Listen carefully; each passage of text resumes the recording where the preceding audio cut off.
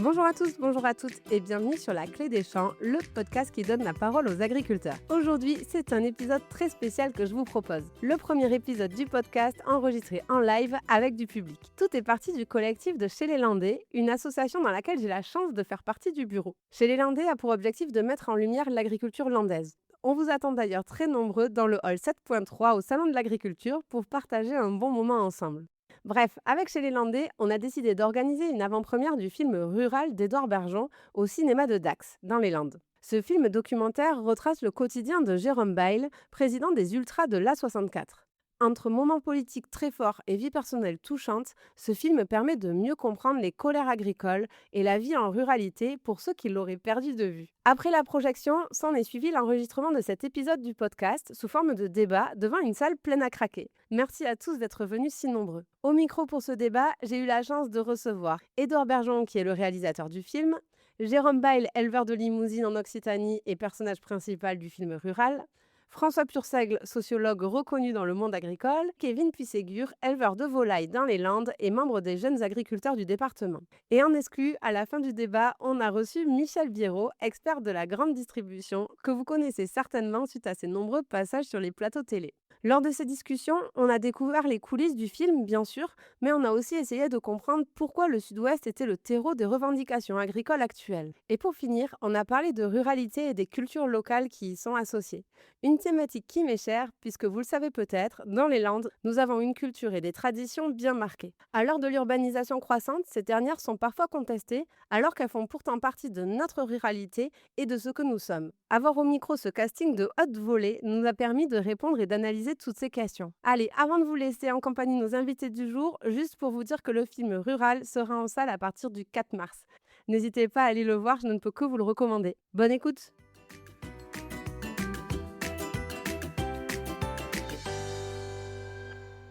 J'espère que vous avez passé un bon moment et on va continuer pendant une heure à passer un bon moment avec Louise Lespard, qui est la clé des champs et qu'on peut applaudir parce que ce qu'elle fait, c'est un travail formidable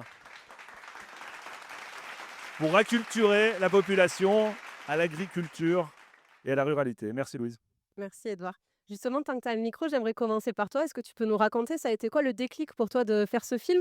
À quel moment tu t'es dit ok, c'est celui-là que je veux faire? En fait, il y a 2 ans, pendant les premiers soulèvements, pendant les premières colères agricoles, avec François, on travaillait sur un film qui s'appelait Femmes de la terre, que vous avez peut-être vu sur France 2.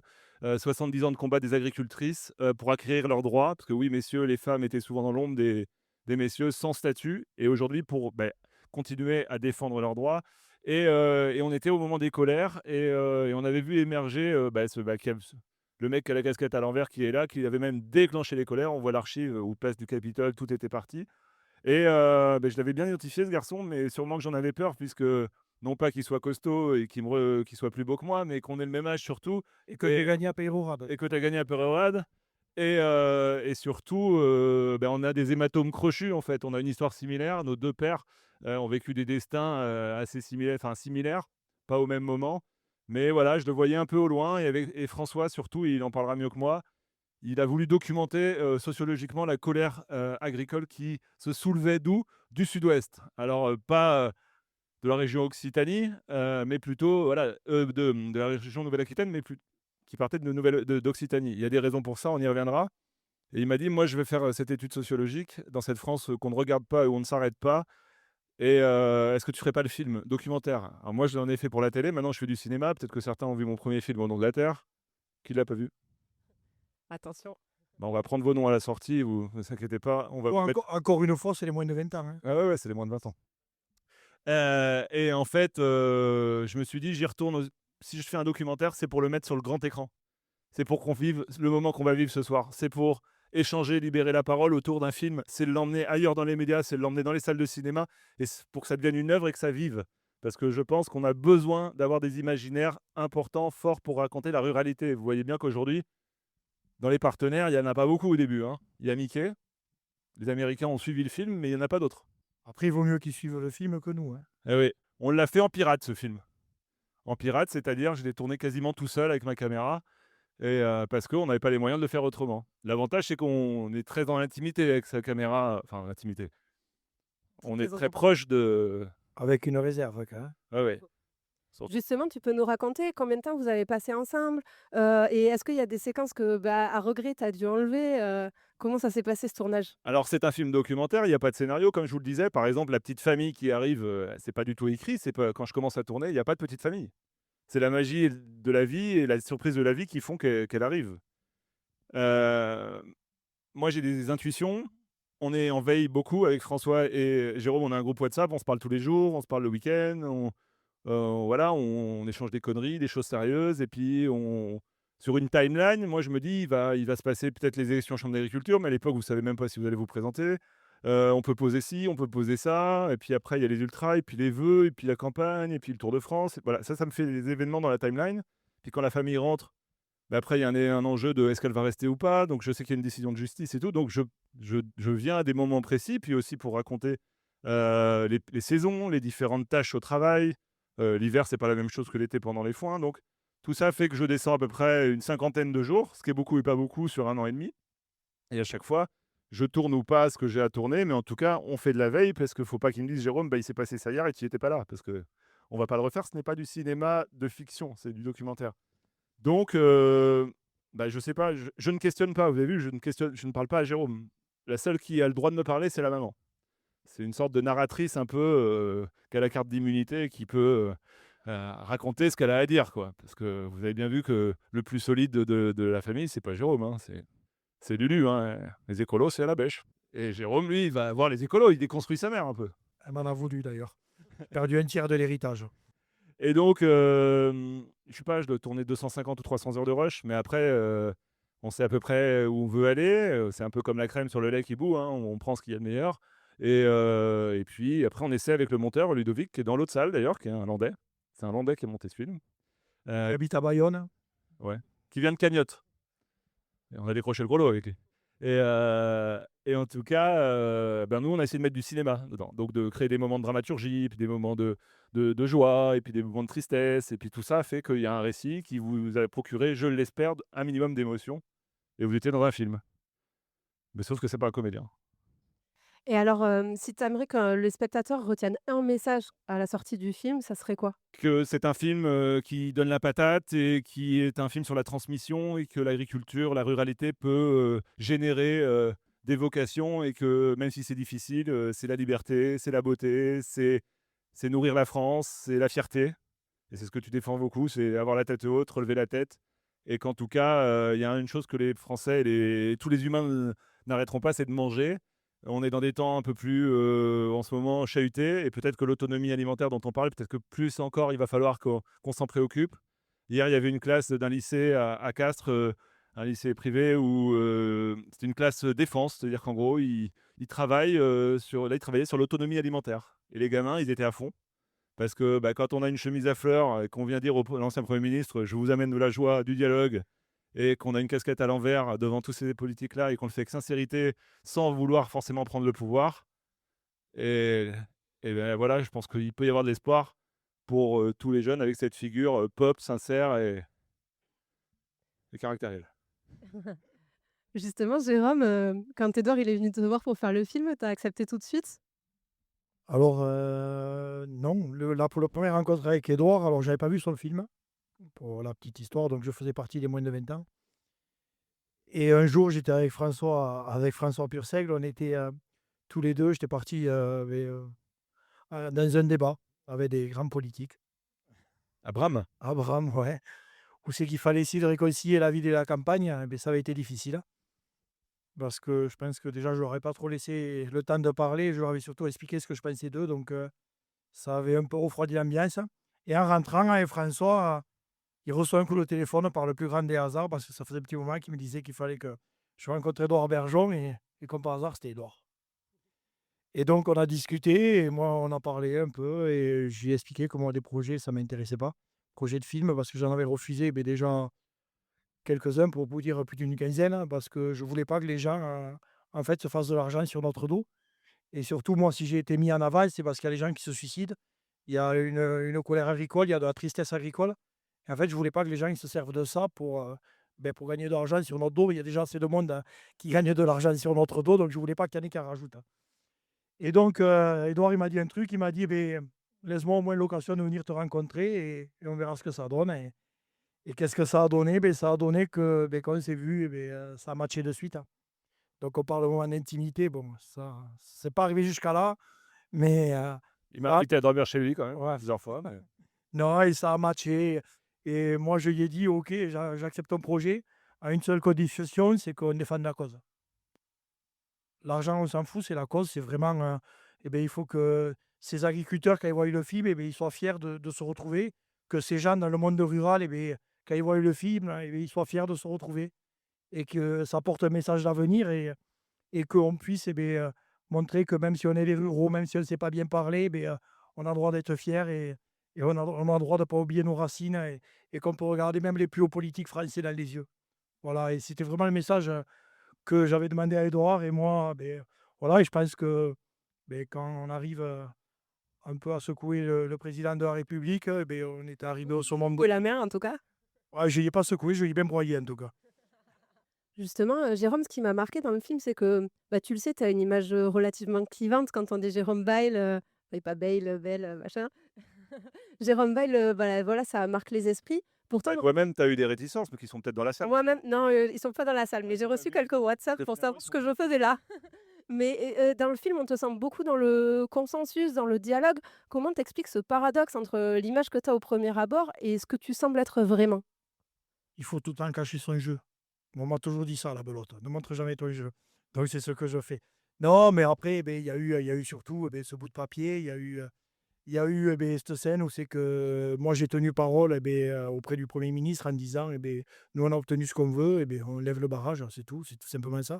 C'est les valeurs qu'on m'a appris, et et après, les gens, c'est parti, la déferlante des réseaux sociaux, que je t'ai vendu et tout ce qu'on veut, que j'étais un traître, et au final, je m'aperçois que je suis toujours là et que des gens qui m'ont insulté il y a 2 ans, aujourd'hui m'envoient des messages pour me féliciter, donc c'est quand même paradoxal, mais ça prouve, c'est le reflet de la société.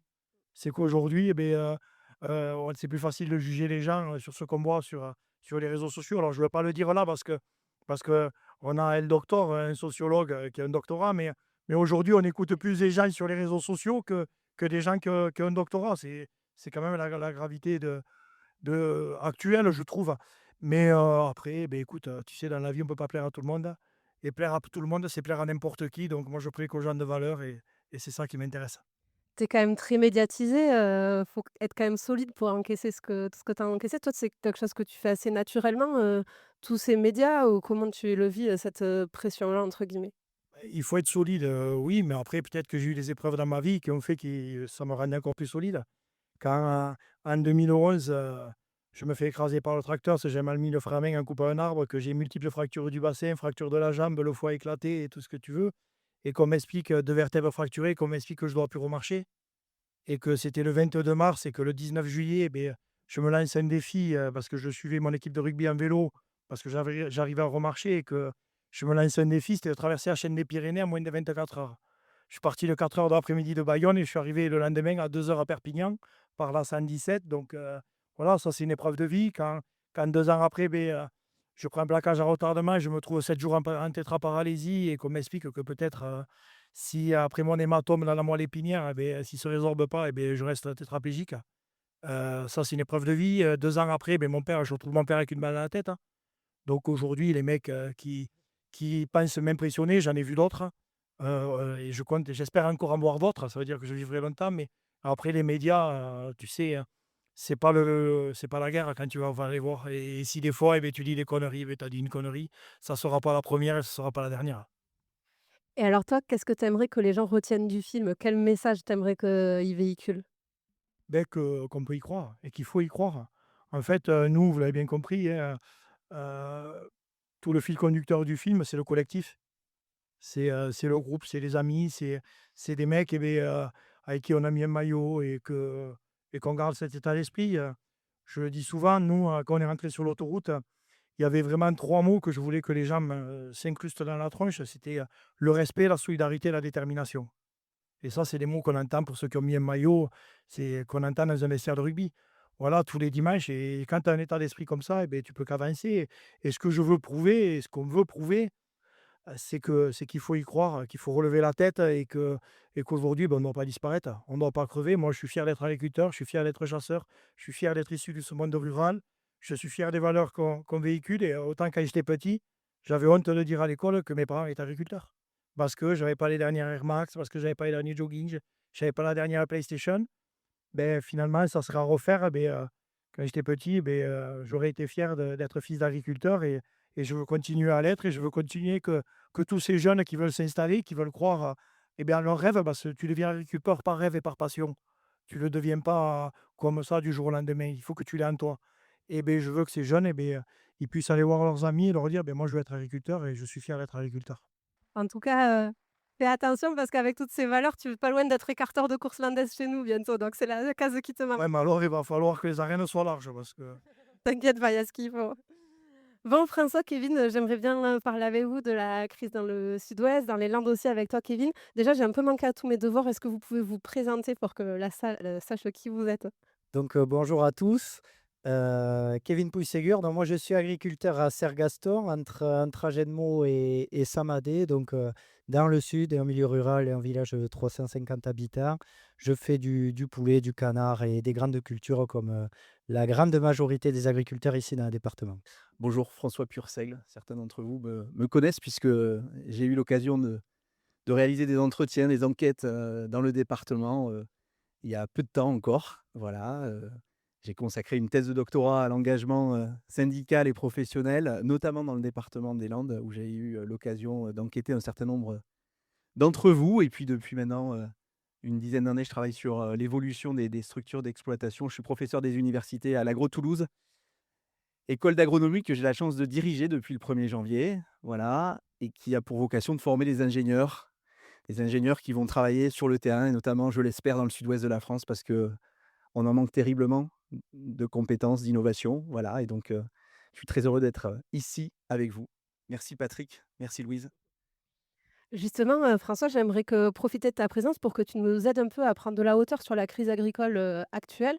On l'a vu, le terreau, c'est quand même, le sud-ouest, pardon, c'est un terreau des revendications agricoles, que ce soit dans les manifestations. Aussi, la coordination rurale a pris beaucoup de chambres d'agriculture, dans le coin et cetera. Comment tu expliques, que ça soit particulièrement ancré dans notre région? Parce que c'est une région qu'on a quelque peu oubliée, des régions, hein, la Nouvelle-Aquitaine et l'Occitanie qu'on a quelque peu oubliées, que moi-même j'avais peut-être oublié ce commun chevolvestre sur lequel je ne m'étais pas arrêté quand je prenais l'autoroute pour venir ici, enquêter et notamment dans des grandes structures d'exploitation, puisque j'ai pu travailler notamment sur l'émergence de nouvelles formes d'agriculture. Et j'ai pris une claque, hein, avec cette colère agricole. tu n'as pas pris une claque, hein. Tu venais tout simplement ici et tu es arrivé à Carbone, l'autoroute a été barrée. Donc tu étais obligé de passer. Voilà, un petit peu. Et je venais d'écrire un livre intitulé Une agriculture sans agriculteurs, dans lequel en fait je décrivais finalement ce monde agricole qui s'effaçait dans la société, qui éclatait en termes de structure et dont le pouvoir était disputé. Et finalement, je m'étais aperçu que bien dans le sud-ouest de la France, il y avait une forme de résistance, des formes de résistance qui émergeaient. Alors, ces colères agricoles, on ne peut pas parler d'une colère agricole. Jérôme incarne une colère agricole, hein, du sud-ouest, hein, Kevin pourra en parler. Toutes et tous ne se retrouvent pas toujours dans la colère de Jérôme. Ce qui est sûr, c'est qu'on est face à une colère qui renvoie à une quête de reconnaissance sociale, reconnaissance politique pour les uns, hein, qui transforment les systèmes, qui veulent être reconnus politiquement pour ça, crise de reconnaissance économique pour celles et ceux qui souhaiteraient conquérir les marchés, et puis une quête de reconnaissance identitaire pour celles et ceux qui veulent vivre au pays, qui ne cherchent pas à transformer le monde, conquérir le monde, mais qui cherchent juste à exister dans ce monde. Et finalement, le sud-ouest de la France, en Nouvelle-Aquitaine et en Occitanie, cristallise l'ensemble de ces colères. Pourquoi? Parce qu'on y trouve finalement une agriculture familiale qui cherche encore à exister, qui est beaucoup plus fragile. Fragile parce qu'elle tient souvent à un homme. Elle repose sur les épaules un homme qui cherche tous les jours des salariés. Parce que cette agriculture familiale, elle tient de plus en plus par des actifs non familiaux, hein. Aujourd'hui, 930 000 actifs interviennent dans les fermes, hein. On n'a plus que 398 000 chefs d'exploitation. Et dans les années qui viennent, 50% d'entre eux auront l'âge de partir à la retraite. Donc, on n'est pas au pied du mur, on est dans le mur. Et on est particulièrement dans le mur, dans le sud-ouest. Et finalement, cette colère, elle donne à voir quoi? Elle donne à voir un monde qui ne veut pas mourir. Et elle donne à voir une chose, c'est que Si on veut des agricultures et des agriculteurs à l'échelle des territoires, il faut le dire, il faut le vouloir. On n'a pas des agriculteurs et des paysans par essence. Les paysans sont le fruit d'une construction politique. C'est parce qu'à la fin du 19e siècle, Gambetta dira il faut que les paysans chaussent les sabots de la République pour que la République soit invincible. Et c'est comme ça qu'on a maintenu des agriculteurs et des agricultrices nombreux dans des petites fermes familiales, et notamment dans le sud-ouest de la France. Mais un sud-ouest dans lequel il y avait des contrats qui structuraient finalement l'organisation même de la production agricole. Ce sont des outils économiques qui sont en crise parce que finalement, dans le sud-ouest, il y a des enjeux de restructuration des exploitations, des enjeux de restructuration des filières. On a dans le sud-ouest des agriculteurs et des agricultrices qui sont en crise. Pourquoi? Parce qu'ils ont fait des efforts. Ils ont consenti des efforts. Ils ont su s'adapter. Ils ont cherché la valeur, mais la valeur n'est pas toujours au rendez-vous. Ils se sont convertis parfois à la bio, au circuit court. Et pour autant, les consommateurs sont-ils là? Non. Ils ont finalement fait des efforts en matière de transition agroécologique. Eh bien, aujourd'hui, on voit bien que ces efforts ne payent pas toujours. L'eau n'est plus là. Et ça, c'est quelque chose d'important à souligner, c'est-à-dire qu'on a plus qu'ailleurs une agriculture, des agricultures qui sont sous pression et finalement sur lesquelles non seulement les concitoyens, mais aussi l'État, un certain nombre d'institutions s'arrêtent trop peu. On a finalement une agriculture qui est caractérisée par quoi? Par des zones intermédiaires au sein desquelles il n'y a plus d'abattoirs, il n'y a plus de laiteries, dans lesquelles il y a des jeunes qui veulent s'installer et qui veulent finalement innover, qui veulent transformer, qui veulent s'ancrer dans des filières où il y a moins de contrats maïs, moins de contrats palmipèdes, où c'est plus difficile d'aller capter la valeur. Et parce que les efforts ne payent pas, on est en colère. Et des formes de colère différentes. Voilà, des formes de colère. Et puis, je pense que Kevin pourra aussi illustrer peut-être une autre forme de colère qui s'exprime dans le sud-ouest. Donc, il y a un enjeu à penser ces zones intermédiaires. Je pense qu'il y a un enjeu à penser les exploitations dans ces zones. Il va falloir s'y arrêter, comprendre pourquoi finalement elles n'ont pas pu prendre certains virages. Voilà. Et donc, ça renvoie aussi à une volonté politique. Il va falloir peut-être se mettre tous autour d'une table pour co-construire finalement les ressorts d'une coexistence entre des formes d'agriculture différentes qui toutes aussi finalement aller chercher de la valeur. Donc là aussi, si on veut qu'il y ait encore des agriculteurs dans le sud-ouest, il faut le dire, et il va falloir accompagner les outils, et notamment les outils économiques, qui sont là et qui sont prêts aussi à innover. Mais là aussi, c'est pas le tout de dire allez-y, changez et innovez. Il va falloir accompagner ces exploitations qu'on pense connaître, qu'on fantasme, qu'on idéalise, et finalement, dont on ne voit pas la réalité. C'est aussi pour ça qu'on a fait ce film-là, parce qu'on pense connaître les agricultures familiales, mais on met sous le tapis 40 ans de transformation, 40 ans de restructuration et de fragilité. Voilà. Donc il est temps, parce que là, l'agriculture familiale, on la prend en pleine figure, et là, on ne pourra pas dire demain qu'on ne savait pas. Voilà. Donc ça, le message, à mon avis, se doit d'être clair.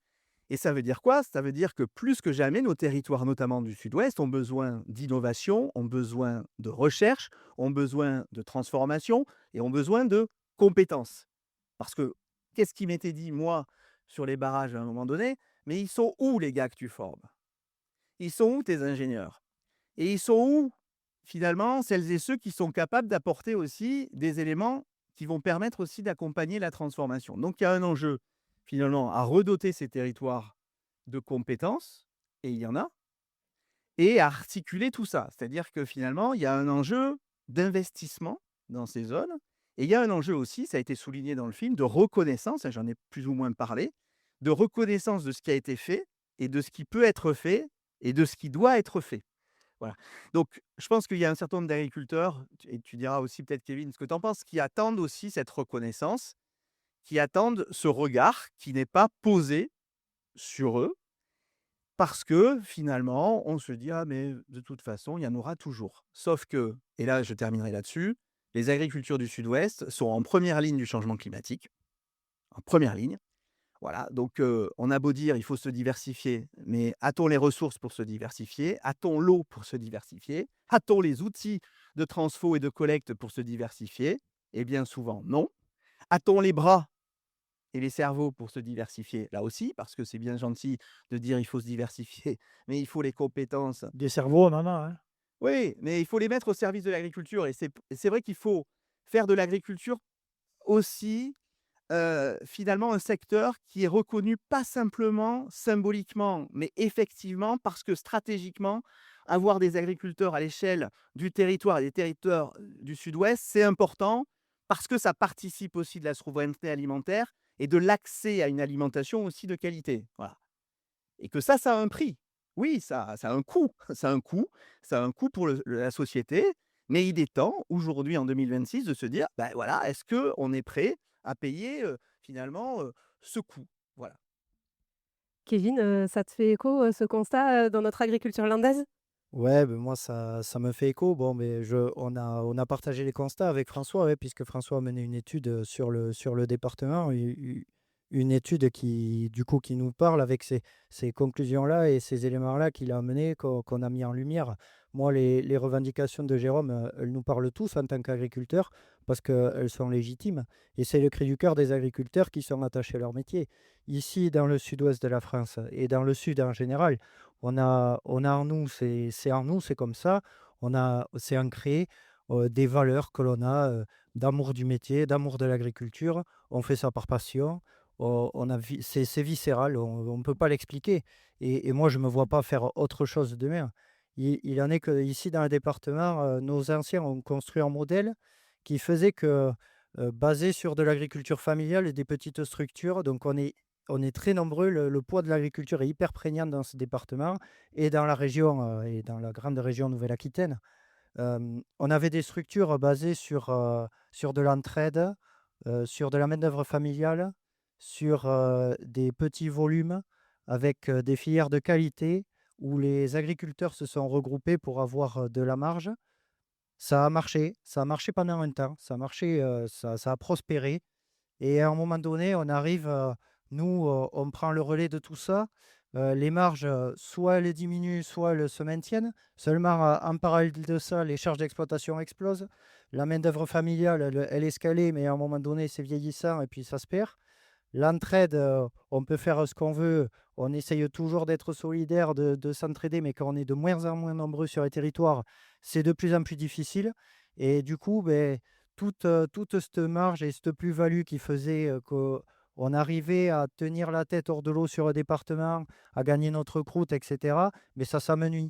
Et à un moment donné, quand tu arrives et que tu es au pied du mur ou dos au mur parce que, beh, les marges ne sont plus là, les filières, ça devient compliqué, on se fait piétiner. Il y a des gens qui parlent sur les agriculteurs et on est en manque de reconnaissance, mais ça crée un gros malaise.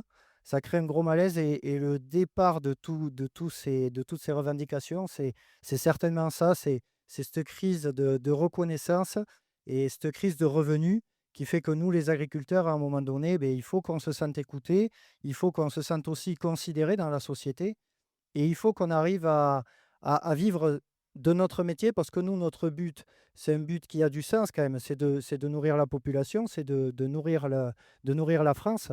Et donc, à ce titre-là, nous, on veut être écoutés, considérés et on veut pouvoir vivre de nos productions et pas, à un moment donné, dans le film, là, on voit Jérôme, putain, mais c'est caricatural, quoi, mais avec la PAC. Et non, mais ça, c'est les aides PAC, et cetera. Mais on n'a pas besoin de ça, quoi. Moi, j'ai pas envie de vivre de subventions et d'aides et à coups de fronde. Moi, je veux vivre des productions que je fais parce que j'aime mes productions, j'aime mes animaux, j'y vais tous les jours, comme Jérôme. Nous, on est éleveurs dans l'âme et on fait ça pour nourrir la population avec des garanties, saines.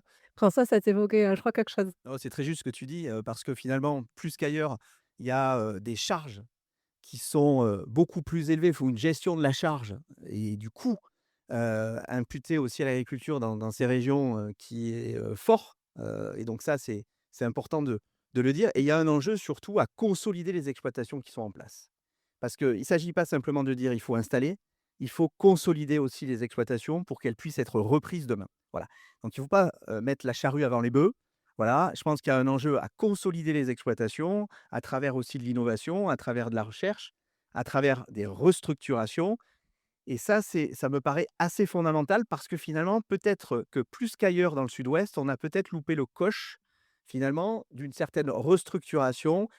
Et alors cette restructuration, elle est importante à l'échelle des exploitations et elle est importante aussi à l'échelle des filières. Ça me paraît assez fondamental parce que finalement, les ressorts qui permettent à une exploitation d'aller capter de la valeur, aujourd'hui, eh bien, sont beaucoup plus, distendus dans ces exploitations-là. Mais François, tu nous l'as dit, ça doit être une volonté politique aussi. On le voit dans le film, mais Jérôme, ça serait intéressant d'avoir ton avis aussi. Il y a beaucoup de grandes paroles, de grandes promesses. Comment t'expliques que, les actes suivent pas et qu'on a le sentiment d'une déconnexion, du politique avec la réalité des agriculteurs? Oui, c'est ce qui explique aussi en partie, les colères, finalement, ces incohérences entre, finalement des dispositifs de politique publique et le concret et le travail concret. C'est-à-dire que, en fait, les agriculteurs rejettent pas la norme, ils rejettent le caractère orthogonal de la norme, le fait que la norme ne crante pas toujours avec les réalités de terrain. C'est-à-dire que, ils aimeraient et puis les agriculteurs sont les premiers producteurs de normes, à travers des cahiers des charges, des AOP, des labels et cetera. Sauf que ces cahiers des charges, ces normes, elles étaient adaptées et elles correspondaient finalement à des structures familiales, à des structures d'exploitation. Sauf que les normes qu'on impose à cette agriculture renvoient davantage aux normes qu'on impose aux grandes entreprises. C'est ça qui est contesté. C'est pas tant la norme ou le refus de la norme ou de la réglementation, c'est les C'est incohérences. aussi que la norme, elle est pas adaptée à notre territoire, hein. Exactement. Moi, je vais être clair, quand j'entends les mecs à Bruxelles qui nous imposent les dates de labo dans les argilos, ils savent même pas où c'est qu'on habite nous, quoi. Et depuis là-bas, ils disent mais vous allez labourer à partir du 15 octobre. Sauf que des fois, c'est trop tard. Ou du 15 novembre. Donc voilà, au bout d'un moment, c'est ça qu'on ne supporte plus. C'est ces gens qui nous imposent leur vision, parce que c'est leur vision, leur idéologie, à nous qui sommes à 1000 ou 1200 kilomètres de chez eux. Rappelle-toi, non, c'était avec Marine Colli. J'étais au salon de l'agriculture et un commissaire européen est venu me voir. Il m'avait sûrement reconnu et alors je lui pose une question. Je dis: «Vous savez où c'est, vous montez sur Olvestra?» Ah, il me dit: «Non, pas du tout». Mais je dis: «Alors comment tu veux m'expliquer comment je dois travailler chez moi?» Non, mais c'est ça en fait. Et aujourd'hui, c'est ça qu'on ne supporte plus. Et puis, il y a un autre élément aussi important, c'est que c'est beaucoup plus compliqué d'accompagner, en fait, une minorité qui est de plus en plus dispersée, de plus en plus éclatée et il y a un enjeu à gérer la coexistence des modèles. Aujourd'hui, si vous avez 3 agriculteurs à l'échelle d'un canton, vous pouvez être sûr qu'ils vont porter 3 projets d'entreprise vraiment très, très différents. Donc, ça complique la donne. Ça complique la donne aussi pour les organisations professionnelles d'accompagner un monde qui est de plus en plus divers. Voilà. Donc ça complique la mise en place d'une politique agricole qui a été pensée, je vous le rappelle, en 1957, au moment où les agricultures étaient à peu près homogènes partout en Europe et où les exploitations se ressemblaient un peu toutes. Or, peut-on accompagner aujourd'hui les agricultures et notamment du sud-ouest avec une seule politique agricole? Peut-être pas. Peut-être qu'il Mais va sûrement pas même, hein. voilà, non mais c'est sûr que Faut non. dire ce qu'il en est parce qu'au bout d'un Et moment. ça, il y a un enjeu finalement à ce que, les politiques, les chercheurs, les enseignants co-construisent aussi de nouveaux outils au service de ces agricultures. Ouais, mais les chercheurs, n'oublie pas qu'ils sont pas bons pour la truffe, hein. Parce que depuis le temps qu'ils cherchent, ils auraient trouvé encore, hein. Jérôme, avec les politiques, tu pas le sentiment des fois de brasser de l'air? Parce que les mots forts, tu leur dis. Ben, brasser de l'air, non, puisqu'au moins on leur a dit. Après, ils nous écoutent pas. Mais le plus gros problème pour moi, c'est pas les politiques, hein. C'est les gens qui les accompagnent. Parce que les politiques, qu'ils soient de gauche, de droite ou de n'importe où, s'ils pouvaient s'éviter, beh, qu'il y ait des agriculteurs qui bloquent des routes, prendre du fumier, sur les préfectures, et sans des impôts et tout ce qu'on veut, ils l'éviteraient. Ils s'éviteraient tout ce chaos dans la société. Sauf qu'ils ont des gens à côté, beh, qui connaissent pas notre métier. 85 des hauts fonctionnaires français sont nés à Paris. Quand eux me parlent de ruralité, et rappelle-toi François, tu étais avec moi avec Karim Bouarram, qui est le maire de Saint-Ouen-sur-Seine, il voulait me parler de ruralité. Je pense qu'il était mal tombé avec moi, voilà. C'est tout ça en fait qui est paradoxal, c'est qu'aujourd'hui on est dirigé par des gens qui ont connu aucune connaissance de notre vie en fait, de nos territoires. Moi quand j'entends des gens qui disent: «Il faut interdire, la chasse à la palombe au filet», je trouve ça absurde. Les mecs ils savent même pas ce que c'est. Mais par contre ils veulent autoriser à côté qu'on les empoisonne. Et c'est tout ça qui moi, du moins, qui m'énerve, qui nous énerve, tous les gens qui sont issus du monde rural. C'est que cette déconnexion totale entre eh bien, entre Paris et le reste du territoire français. Et je pense que ce problème-là, nous, on l'a, et d'autres l'ont dans d'autres domaines, en dehors que de l'agriculture et de la ruralité. C'est qu'il y a plus de cohérence. Et on le voit, les ministres, bon, on a la chance d'avoir un de l'Ariège, mais sur les 2 derniers remaniements, il n'y en avait pas un au-dessus de Clermont-Ferrand, quoi. Et ils étaient en dessous de Clermont-Ferrand, excusez-moi, ils étaient tous du Nord, tous issus de Paris. Et moi, quand j'ai le ministre de l'Agriculture qui est prof de lettres modernes, hein, ça me fait doucement rire, quoi. Parce que s'il faut, dans 6 mois, elle sera ministre de la Santé, quoi. Moi, je connais mon domaine de l'agriculture, je connais mon domaine de la ruralité, je peux en parler. Mais après, si on me demande de parler de santé, même si je me suis fait opérer assez souvent, de nombreuses fois, mais s'il me faut parler d'informatique, allez, ça sera plus simple. Je ne peux pas en parler parce que je ne suis même pas allumé un ordinateur. Au bout d'un moment, il faut que chacun reprenne sa place et que chacun arrête de s'inventer une vie. Parce qu'aujourd'hui, on a des gens qui nous gouvernent, qui s'inventent une vie. Kevin, c'est quelque chose que tu rejoins, ce constat, tu le sens aussi dans les Landes? Ouais, bon, mes propos n'engagent que moi, hein. Bien sûr, évidemment. Oui, oui, moi je rejoins, complètement cette analyse. Au niveau local, on a des élus on a la chance d'avoir des élus de territoire qui nous comprennent et qui connaissent, nos territoires ruraux et nos façons de fonctionner. Donc avec eux, on arrive à avoir du dialogue, on peut composer et puis après, plus on monte dans les strates, enfin moi de ma petite expérience, hein, vous commencez à monter au niveau de la région, ça devient un peu plus compliqué. Vous commencez à monter à Paris et là, ça l'est encore plus. Et quand vous êtes tout là-haut, vous avez l'impression de parler chinois, quoi. Vous avez des interlocuteurs, ils connaissent rien. Ils connaissent rien à notre calendrier saisonnier de travail. Ils connaissent rien à nos types de sol. Enfin, mais c'est des choses qui sont hyper importantes. Et cette fibre-là qu'on peut avoir au plus proche du terrain quand on est ici en bas, mais en haut, malheureusement, ils sont déconnectés. Et un petit peu de manque de courage politique aussi qui fait que certains politiques se défaussent et laissent beaucoup de place à l'administration. On a des administratifs aujourd'hui qui nous dirigent et qui prennent des décisions pour nous. Eux, ils seront jamais inquiétés parce que personne va aller leur taper dessus. Je ne vais pas te dire qu'ils prennent des décisions pour nous. C'est qu'ils imposent leur Exact. idéologie. C'est Exact. ça le plus gros problème. Exactement. C'est qu'ils respectent plus de logique et ils ont décidé qu'eux, ils voyaient une agriculture comme ça, et bien ils l'imposent. Et Ça sera comme ça. Et ils imposent, c'est dogmatique, hein. Et nous, on subit ça. Et franchement, on le vit au quotidien, François pourra en parler, mais on le vit au quotidien comme une injustice complète parce que nous, on a vraiment beaucoup de mal à comprendre ça. Et une des grosses aussi raisons de la colère du monde agricole en général, hein, que ce soit n'importe quel syndicat, ce que vous voulez, je pense qu'elle vient de là, quoi. C'est de ce sentiment de déconnexion entre certaines personnes et nous, ce qu'on perçoit au quotidien.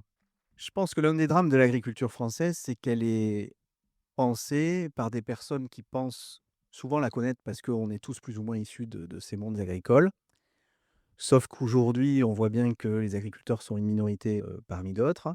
Et l'un des drames de l'agriculture française, c'est d'être avant tout fantasmé, idéalisé et pas forcément regardé comme elle est. Et avec Bertrand Hervieux, on s'est employé aussi à écrire un ouvrage qui portait là-dessus et qui s'intitulait en sous-titre Une révolution indicible.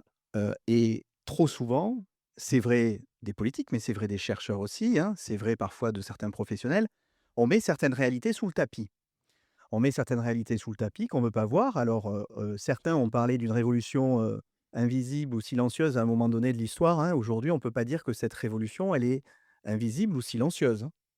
Voilà. On l'entend, cette révolution. On entend cette agriculture qui cherche à être reconnue pour ce qu'elle est.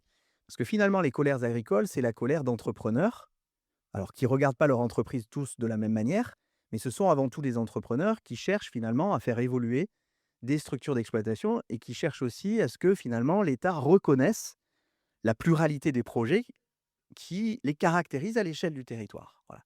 Donc c'est ça qu'il faut arriver aussi à montrer à travers des productions scientifiques, cinématographiques, et essayer de casser finalement des représentations qui entretiennent cette déconnexion. Voilà. Est-ce que aussi, le grand malheur de l'agriculture française, c'est pas aussi les postures? Jérôme, on le voit quand tu reçois, Arnaud, ou même, Édouard, hein, tu étais présent sur le moment, mais le moment, il est fort quand tu proposes à la FNSEA, de travailler ensemble et on voit que, finalement, c'est même pas une option. Est-ce que le fait que chacun ait ses postures publiques, les écologistes, la FNSEA, enfin les acteurs du monde agricole, est-ce que c'est pas ça aussi qui empêche d'avancer? Quand tu parlais de posture, je pensais que tu parlais du pâté aux trompettes de la mort qui ne savaient pas ce que c'était, quoi. Non, bien sûr qu'elles y sont, beh, c'est ce que je dis, les gens, en fait, ils restent figés sur leurs idées et vraiment sur leur idéologie parce que ça va plus loin. Ils le pensent et ils sont persuadés de ce qu'ils pensent et quand on me dit: «Moi, il faut pas aller parler à Marine Tondelier», moi, je pense qu'il faut y aller y parler. Même si on n'est pas d'accord, vous l'avez bien compris, elle est jamais venue à la chasse avec moi, mais mais il faut aller leur parler à ces gens-là. Il faut aller leur dire qu'ils racontent des conneries, parce qu'ils racontent des conneries. Ce qu'ils pensent eux, c'est pas la vérité et je pense que mais c'est pareil dans notre agriculture. Quand je parle avec Arnaud Rousseau, pour lui, il y a pas de problème dans l'agriculture, alors qu'il y en a beaucoup. C'est vraiment tout ça et le plus dur, c'est comment on fait remonter, toutes nos problématiques, parce que Paris, c'est loin. Ma mère, elle le dit, nous, on est au fond, en bas, on est en France d'en bas. Mais c'est loin, Paris. Et nous, on paye ça aujourd'hui, hein, qu'on soit bien clair. Et moi, nous, on demande un truc depuis le début, c'est la gestion de l'agriculture par région. Parce que pour moi, qui le plus proche du territoire peut diriger l'agriculture. C'est ça le truc. Et après, comment on peut arriver à discuter, il faut y aller. Il faut aller dialoguer avec ces gens qui connaissent pas et qui ont pas les mêmes problématiques que nous. Moi, je vois avec Édouard, on a commencé un peu le tour de la France et quand je parle avec des agriculteurs, oui, on est tous agriculteurs, mais on fait pas la même agriculture. Et ça, c'est le plus dur, en fait. Notre force, c'est la diversité de l'agriculture. Mais notre faiblesse, c'est la diversité. Parce que plus tu as de diversité, plus c'est difficile de s'unir pour défendre une cause. Mais je pense que, il faut aller plus loin et moi, je pense qu'il faut aller plus loin dans la défense et dans notre combat. Il faut aller plus loin que l'agriculture. Il faut parler de nos territoires. Parce qu'aujourd'hui, alors je sais pas, ici, c'est des villes riches, hein, c'est ce que tu disais, Édouard. Ouais, c'est riche. Non, mais chez nous, le foie gras. chez nous, dans le Volvestre, s'il n'y a plus d'agriculture, il n'y a plus de vie. Et on l'a vu, les images les plus frappantes ont été dans l'Aude.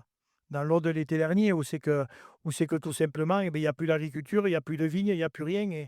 Et un mec, il fait un barbecue, il y a 16 000 hectares de biodiversité qui part en fumée et de territoire. C'est ça, en fait, le plus grave. Donc, il faut redonner, il faut que tout ce monde rural, que ce soit chasseur, pêcheur, ramasseur de champignons, simple habitant, agriculteur, élu politique, on s'unisse dans un combat, dans une feuille de route pour dire ce monde rural, il ne veut pas mourir. Et c'est ça qu'on veut. Et pour la petite anecdote, hier soir, bon, vous avez vu, il y a 2 jours, on a été évacué de cette autoroute. Mais on a lancé hier soir un peu, on va dire, une chaîne sur les réseaux sociaux avec une initiative, c'est de mettre un ruban noir en diagonale dans un angle des panneaux de signalisation de nos villages, tout simplement pour montrer que si nous on disparaît, ces villages vont mourir aussi. Justement, Édouard, dans ton film, tu as mis beaucoup d'allusions à la ruralité. Ça commence par le rugby, puis le vrai rugby, des terrains boueux. Il y a les chansons, on a reconnu, Le Berger en Vallée d'Or qu'on connaît tous ici très bien, les palombes, la chasse. Tu as été jusqu'à appeler ton film rural, qui était tu aurais pu l'appeler autrement. C'était important pour toi de, montrer la vraie vie et défendre aussi cette ruralité? Moi, je raconte d'où je parle. D'où je parle de la ferme où j'ai grandi, donc j'ai grandi dans la ruralité. Le titre de travail était «Le bon sens paysan» et il y en a du bon sens, mais le bon sens de Jérôme n'est pas forcément le bon sens, le tien ou le tien et je trouvais ça un peu prétentieux et aujourd'hui, c'est une expression qui a été reprise par les de LFI au RN donc ça marchait pas et justement, moi, je fais pas mal de vélo aussi et dans la Nièvre, je suis parti faire 3 heures de vélo et je suis revenu, je me dis: «Mais c'est rural». En fait, je fais le portrait d'un mec rural, de la ruralité et c'est un mot en plus qui peut plaire aux urbains donc on n'est pas à l'abri que ça marche en ville.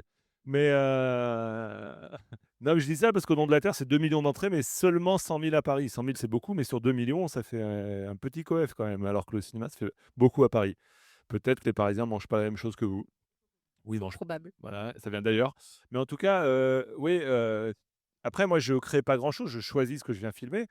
Mais oui, commencer, voilà et Jérôme en a parlé, les valeurs du rugby sont prégnantes, dans la manière dont il est. Mais c'est pour ça que je commence, à Saint-Sulpice-sur-Lèze. Je pense un des plus petits villages où pour le niveau se fait des ralunes, donc qui est pro, semi-pro, semi-pro.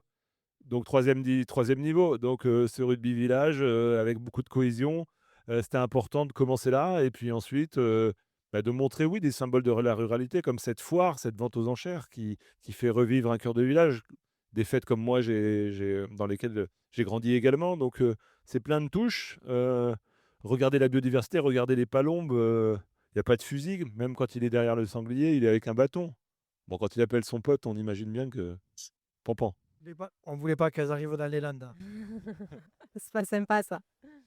Donc voilà, c'est plein de petites touches et c'est ce que nous permet le cinéma en fait. C'est voilà, il y a des touches impressionnistes, il y a plein de choses peut-être c'est très dense déjà, il y a peut-être des choses que je n'approfondis pas, mais il y a beaucoup de symboles. J'ai pas besoin de faire une thèse sur la FNSEA, de faire venir Arnaud Rousseau. Pour moi, c'est hyper important. C'est deux modèles qui s'affrontent. Jérôme et Bertrand le disent très bien dans le train. Quand ils sont dans la Beauce, on n'a pas le même rôle. C'est pas le même métier. Et en fait, c'est l'agriculture du Nord qui vient voir cette agriculture du Sud. Ils dialoguent ensemble, mais pour moi, ce qui est presque plus intéressant, c'est la préparation de Lulu qui fait le ménage et qui met la fleur dans la cheminée et qui se dit c'est pas normal ce qui se passe. Et puis ensuite, c'est ce petit jeu, je te connais toi, je t'ai vu à la télé. Et qu'elle tourne autour de lui, qu'elle vienne derrière. C'est ça, enfin, c'est ce qui m'intéresse le plus dans l'histoire en fait. Et cette cuisine, voilà, qui est pas un décor de cinéma, c'est la cuisine dans laquelle tu as grandi, Jérôme. Et ouais, c'était de filmer vraiment ce côté brut et rural et beaucoup de solidarité, comme tu le disais, beaucoup de bons moments, beaucoup de pâté. Ça nous parle. On aurait pu Valeur. appeler le film Pâté aussi, au lieu de rural. Mais pâté, il y a plein d'exploitants de cinéma qui n'auraient pas aimé. Donc, François, les cultures locales, c'est quelque chose qui nous touche beaucoup dans les Landes. À l'heure des sociétés modernes, ici, on n'a rien qui va. On a le gavage, on a la course landaise, on a la corrida, on a la chasse. Est-ce que ces cultures locales, elles ont des chances de continuer d'exister? Parce que finalement, ici, on est assez inquiet. C'est notre manière de vivre, c'est ce qu'on est aussi. Comment tu perçois ça? Bah, là aussi, ça relève d'un combat, d'un engagement. Ça veut dire aussi s'engager dans des collectifs. C'est-à-dire que ces cultures locales, elles existent non pas parce qu'il y a des individus qui pratiquent ces sports, la chasse ou autre, mais qui, à un moment donné, s'engagent dans des collectifs pour faire vivre ces cultures locales et leurs spécificités. Donc là aussi, je pense que rien ne va de soi. Rien ne va de soi. Ça renvoie à la nécessité d'avoir des organisations, des structures aussi, pour permettre à un moment donné le maintien de ces dites cultures locales. C'est pratique aussi. Très bien. Et bien, merci beaucoup à tous les quatre. Je pense qu'on peut les Juste applaudir. oui, pour compléter ce que dit François, et les traditions, il faut qu'on en soit fier. C'est surtout ça, il faut arrêter qu'on se cache, il faut qu'on arrête d'avoir honte et qu'on dise, de la honte de dire, oui, on est agriculteur, oui, on est des ruraux, oui, on aime la corrida, oui. Si ça leur plaît pas, ces gens-là, qu'on aime ça, ils dégagent, tout simplement. Mais tu as Au raison. bout d'un moment, je ne sais pas si vous avez vu le forum sur BFM, c'est que j'ai dit à ces politiques, s'ils ont honte de défendre les Français, il faut qu'ils dégagent. Nous, on est nés comme ça, on a ça dans le cœur, on a ça dans le sang, et il ne faut surtout pas qu'on le perde, parce que si aujourd'hui, on a fait des gens fiers, c'est parce qu'il y a des gens qui se sont battus pour que nous, on ait ça. Nous, il faut qu'on se batte, parce que, je le dis bien souvent, la terre, on l'hérite de nos parents et on l'emprunte à nos enfants. très touché que vous soyez aussi nombreux. Voilà, on fait du circuit court. Voilà, on arpente la France, comme je le disais, pour aller vous faire voir ce film. Vous êtes les premiers tiers de confiance. Vous n'hésitez pas à en parler, à mettre des notes sur Allociné ou des commentaires, puisque c'est comme ça qu'on fera vivre ce film dans les salles de cinéma, parce que pour l'instant, on est tout petit et il y a des gros mastodontes français et américains qui vont venir. Mais quand on voit toute cette vitalité, ça nous donne beaucoup de confiance. Et voilà, si je l'ai dit tout à l'heure, il y a toutes les infos en flashant le QR code. Et le film sort le 4 mars. Il sera partout en France. Donc, merci à vous. Michel, je te laisse nous rejoindre. Bonjour Michel. Oui, dites-vous bonjour, parce que c'est une surprise pour Jérôme et Edouard que Michel soit là. Personne n'était au courant. Oui, il a du temps en ce moment, donc. Ouais, exactement, on en profite. Michel, Attends, ouais. est-ce que tu peux te présenter? Bonsoir tout le monde. Je suis Michel Biraud et j'ai du temps en ce moment. Et il n'est pas du sud-ouest, ça s'entend. Non, je suis pas. Je peux Mais bon. prendre l'accent un peu, mais et je suis alsacien, fier de l'être aussi, de la ruralité. Ma maman était dans la choucroute, alors on n'était pas dans l'élevage, mais un autre secteur du monde agricole. Et ouais, depuis un an, j'ai quitté une entreprise pour laquelle j'ai travaillé 25 ans et on a fait de belles choses. Et voilà, et avant tout, Louis, si tu me le permets, je voulais féliciter toute l'équipe parce que franchement, j'ai passé un moment juste incroyable. J'ai évidemment versé ma petite larme, mais j'en ai entendu d'autres dans la salle. Franchement, c'est un film incroyable. Alors, on avait échangé sur le sujet et j'ai rencontré Lulu et c'était exactement ça. Donc, c'est vraiment, comme il dit Édouard, c'est la vraie vie, quoi. Les vrais gens, quoi, comme on les aime. Et quand je suis arrivé chez Jérôme, qui m'avait gentiment invité, elle m'a dit: «T'es qui, toi?» J'ai dit: «Pardon, je viens voir Jérôme. Normalement, il sait que je viens.» Ah, c'est ça qui a fait 1,52 m. Ouais. Et elle me dit comme ça: «Ah, il m'a parlé de toi. Tu es le gars de Leader Price, toi?» J'ai dit: «Ouais, c'est ça. C'est à peu près ça.» Elle est comme moi, elle est chambresse. En tout cas, bravo pour le film, j'ai passé un formidable moment. Michel, alors je sais que tu aimes pas trop quand tu étiquettes comme ça, mais tu as travaillé très longtemps chez Lidl, tu as incarné la marque. Tu es arrivé, tu recevais du fumier, devant tes magasins. Je crois que tu as pris quasiment un garde du corps pour aller au salon de l'agriculture les premières fois. À la fin de ton passage chez Lidl, c'était une des marques qui était plébiscitée par les agriculteurs et appréciée des agriculteurs. Pourquoi tu as décidé de changer, tout ça et comment tu t'y es pris? Bah, je pense que enfin, le film le dit bien, on a besoin du monde agricole et c'est vrai, alors j'ai peut-être, le fait que j'en vienne de ce monde agricole. Mon beau-père est céréalier dans le Gers, pas très loin d'ici et donc ça me parle beaucoup et quand en 2014 on s'est pris, 3 ou 4 millions d'euros de dégâts dans les magasins, donc c'est les paysans qui venaient nous casser les magasins et je me suis dit: «Mais c'est pas possible, quoi, on vit dans quel monde, quoi? On va dépenser chaque année des millions pour réparer la colère des agriculteurs qui en plus est justifiée.»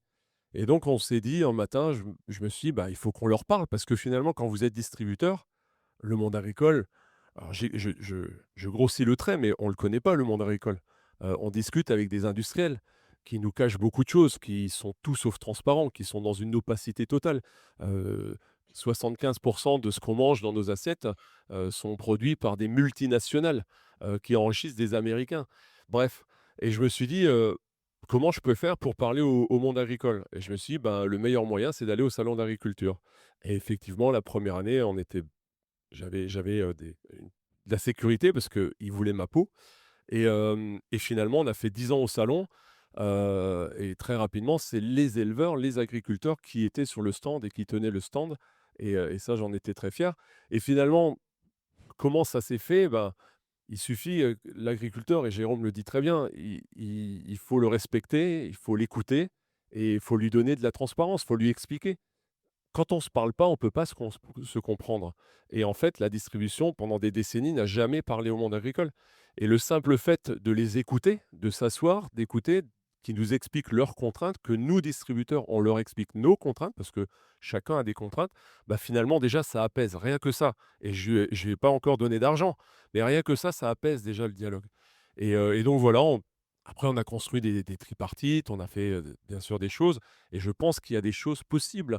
Évidemment, c'est le seul problème, c'est qu'on est en France et je l'ai dit, à maintes et maintes reprises, on est quand même dans un pays de couillons pour pas dire autre chose, et en fait, il y a pas de volonté. Il y a C'est quoi aucune les volonté. tripartites? Comment tu faisais concrètement pour Bah, en t'assurer fait, c'est très simple, hein. Un jour, je suis allé chez, qui est aussi ta copine maintenant, Apolline de Malherbe, en lui expliquant que, le contrat Ferrero, hein, et je peux le citer et tous les autres multinationales, il faisait 500 pages. Il fallait qu'on embauche 5 juridiques pour faire le contrat. Un contrat tripartite, c'est 2 pages. Bah, qu'est-ce qu'on fait? On met l'éleveur dans notre salle avec l'industriel, parfois sans l'industriel. Au démarrage, on fait d'abord l'éleveur et Lidl, enfin, pardon, et le distributeur. Je n'y suis plus. Et tout simplement, tes baskets d'ailleurs? ouais, j'ai changé de basket. Ouais. Et du coup, bah, il nous disait tout simplement, nous, avec 40 centimes pour le litre de lait, on ne peut pas vivre. Avec 5 € le kilo de limousine, on ne peut pas vivre. OK? Ou 1,30 € le kilo de porc. Et donc je leur disais: «Mais qu'est-ce qu'il vous faut?» «Ben, 1,50 pour le porc, 6,50 € pour la limousine» et cetera. Et ben ça, on le grave dans le marbre, on l'écrit dans un contrat et après il faut trouver l'industriel qui est d'accord, parce que c'est pas moi qui paye les 6,50 € à l'éleveur, c'est l'industriel où j'achète. Et donc il faut que l'industriel signe le contrat tripartite, qu'il rentre dans la boucle et qu'il est d'accord de payer les 6,50 €. Et après, Tu lui casses le bras ou c'est du dialogue? c'est du dialogue. Mais le problème, les premières années, il n'y a aucun industriel français, aucun, qui était d'accord de rentrer dans la démarche de ces contrats. C'est un industriel belge. Le premier contrat, c'était du porc dans le Nord. C'est un industriel belge qui est venu chercher les cochons dans le Nord-Pas-de-Calais, les a abattus et transformés en Belgique et nous les a renvoyés dans les magasins en France. Tu nous donneras, Michel, le nom de ces industriels. On a un peu de temps encore. Ouais, mais c'est vrai. Alors après, bien sûr, après les années, ils ont été d'accord, mais ils ont été d'accord plus pour la forme, pour dire ah bah nous aussi on fait des démarches tripartites. Et quand on voulait pardon en faire plus, bah, il y avait plus personne. Ah, c'est compliqué, vous savez l'équilibre matière. Bah quoi? On s'en fout de l'équilibre matière. Jérôme quand il fait grandir sa limousine, ça lui coûte la même chose de la tête à la queue. Et l'industriel aujourd'hui, c'est exactement chaque pièce qui rentre dans chaque magasin en France. Donc il peut sans problème, même si on n'a pas l'équilibre, effectivement, mais on peut sans problème dire, ben, 80% de la bête qui arrive chez moi, je paye le juste prix, quoi. Mais tout est possible, c'est juste une question de volonté. Du coup, est-ce que tu es en train de nous dire que tu vas jusqu'à dire que les agriculteurs se trompent de combat en mettant du fumier devant les distributeurs et que ce serait Non, devant chez les industriels? évidemment que non, parce que c'est symbolique. Il y a le consommateur final qui a aussi un rôle à jouer et qui a une responsabilité aussi, hein, et on est tous ici, avant, d'être, je sais pas, agriculteurs, chômeurs ou autres, on est tous consommateurs et donc c'est nous qui achetons. On a le pouvoir d'acheter et donc c'est à nous de prendre la décision. Donc le fumier, ils le mettent devant les magasins parce que c'est là qu'il y a les consommateurs et donc c'est pour faire parler, quoi. En gros, tu veux qu'on aille le mettre devant chez les consommateurs. Non, non, les industriels parfois mériteraient certains industriels parfois mériteraient qu'on leur mette quelques On en reparle. hein, on en reparle, Jérôme. Après, est-ce que c'est pas, un peu facile de remettre la responsabilité sur le consommateur quand on signe des accords comme la tomate cerise marocaine, comme les viandes du Mercosur pour que ça arrive à bas prix et une fois que c'est dans les rayons, qu'on dise aux consommateurs: «Ah ben non, c'est pas bien d'acheter ça». Mais moi, j'ai rien contre la tomate marocaine, hein. Moi, j'ai rien contre la tomate marocaine et on en vendait. Mais il faut proposer aussi, et c'est ce qu'on a fait, notamment on avait lancé avec Rougeline, la tomate à 0,99 parce que le problème, il est là, c'est le prix, hein. Le consommateur, il achète un prix avant d'acheter un produit et donc c'est sûr que quand on a une tomate cerise à 99 les 250 grammes et qu'à côté la même tomate cerise, mais française, elle est à 2 euros.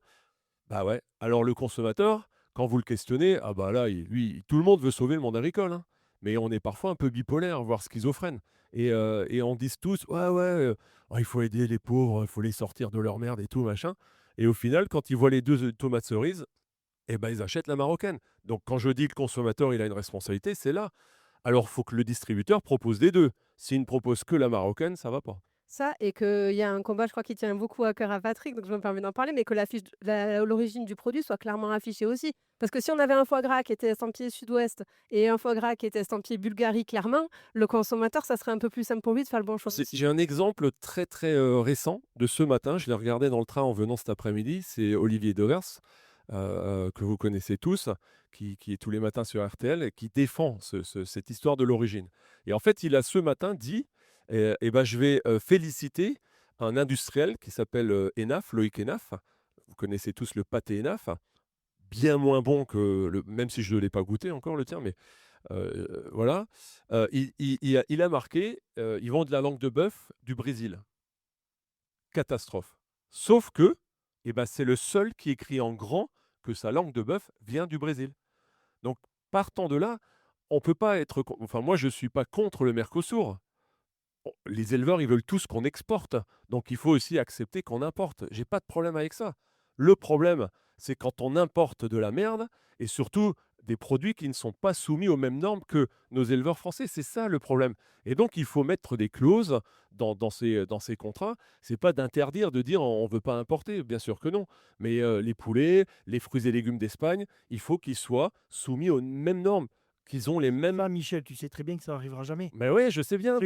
C'est une attestation sur l'honneur. On est d'accord. Alors, je connais dans la parole des Brésiliens. Je ne suis pas sûr qu'elles sont aussi valables que la Mais on est 100% d'accord. On est 100% d'accord. C'est hypocrite. Mais en tout cas, l'origine, donc, plutôt que d'écrire canard origine UE et non UE, alors on est vachement avancé, hein. UE et non UE. Bah, c'est quoi? C'est la Lune? Mais peut-être que le combat à mener, hein, j'en parlais hier matin, moi, quand on rentrait, je rentrais de Brive, j'étais en voiture, et j'en parlais avec un agriculteur qui est aussi impliqué que moi, et je lui disais, j'ai dit, mais peut-être qu'il faut que ce soit notre combat. Qu'aujourd'hui, les Français quand il y a une étiquette bleu, blanc, rouge, c'est 100% français. Parce que le problème de la viande du Mercosur, il n'y a aucun supermarché qui va afficher en gros non. un carré de côte avec marqué viande du Mercosur. Et par contre, dans tous les plats cuisinés, il y aura de la viande du Mercosur. Mais allons plus loin. Étant donné qu'il n'y a pas de volonté collective, donc il faut légiférer, et ben, plutôt que de faire des lois sparadrap qui servent à rien et qui nous emmènent nulle part, ben, faisons une loi qui dit chaque industriel de ce pays doit obligatoirement mettre en aussi grand que la dénomination du produit l'origine du produit. On ne peut pas marquer cassoulet toulousain et en tout petit derrière, il faut la loupe où il y a écrit port, origine, UE et non UE. C'est pas possible. Donc, on écrit cassoulet toulousain, ok, mais en dessous, il y a marqué port, origine, Allemagne, Danemark, Roumanie, etc., etc. C'est ça qu'il faut faire comme loi. C'est pas des lois Egalim qui servent à rien. C'est mon avis, quoi. Michel, il Oui, une fois, tu as raison. y a les patrons de la grande distribution qui se sont là mis tous ensemble pour dire que jamais ils ne commercialiseraient de la viande du Mercosur dans les rayons. Effet d'annonce ou c'est vraiment possible qu'ils le fassent? Bah, je pense qu'il faut aller vérifier, mais ouais, c'est toujours facile. Et moi, je retiens ce qu'il a dit l'autre jour. J'ai écouté attentivement Jérôme. Il dit c'est bien beau, et tu l'as dit d'ailleurs dans le film, faire des selfies sur le barrage de la 64, c'est bien sympa, mais ça fait leur com.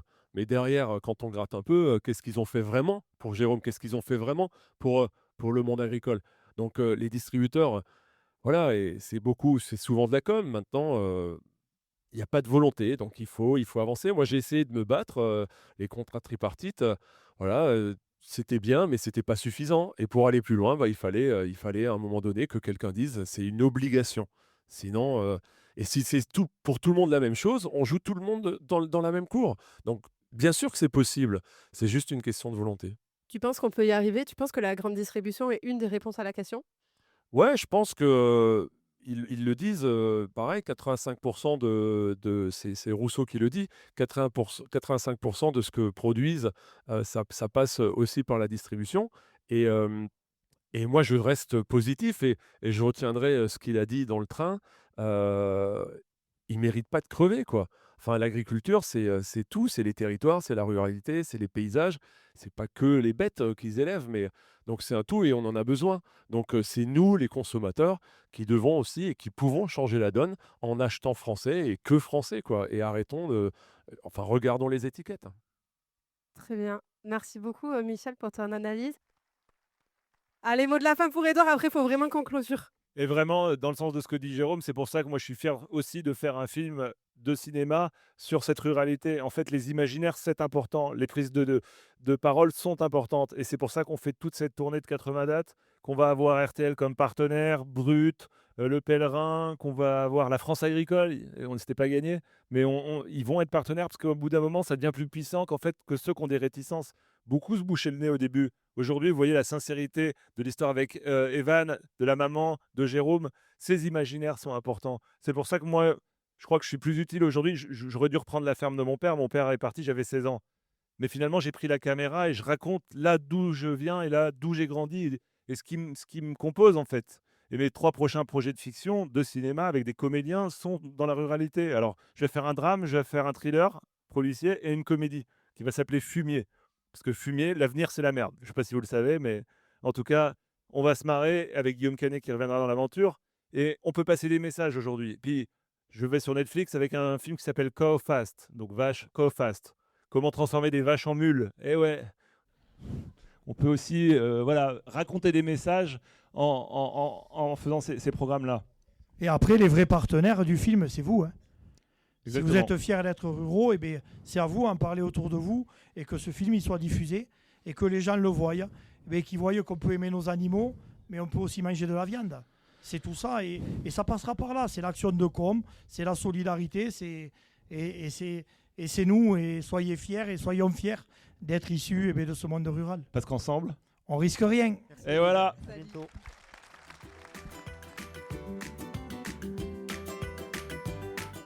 Et voilà, c'en est fini pour aujourd'hui. Vous souhaitez aller plus loin dans la découverte de l'agriculture ? Si vous travaillez au contact du monde agricole, sachez que la Clé des Champs propose des formations à l'agriculture. Elles sont adressées aux collaborateurs qui ont besoin de mieux comprendre le monde agricole pour mieux performer dans leur travail. Nous proposons des formats e-learning sur la thématique de votre choix qui sont suivis d'immersion à la ferme par petits groupes de 5 pour vivre un véritable vie-ma-vie d'agriculteur. Plus d'informations et inscriptions sur www.laclédeschamps.fr. Et avant de partir, dernière chose, si le podcast vous plaît, n'hésitez pas à lui mettre une note 5 étoiles ou en parler autour de vous, ça m'aide énormément à faire connaître le podcast.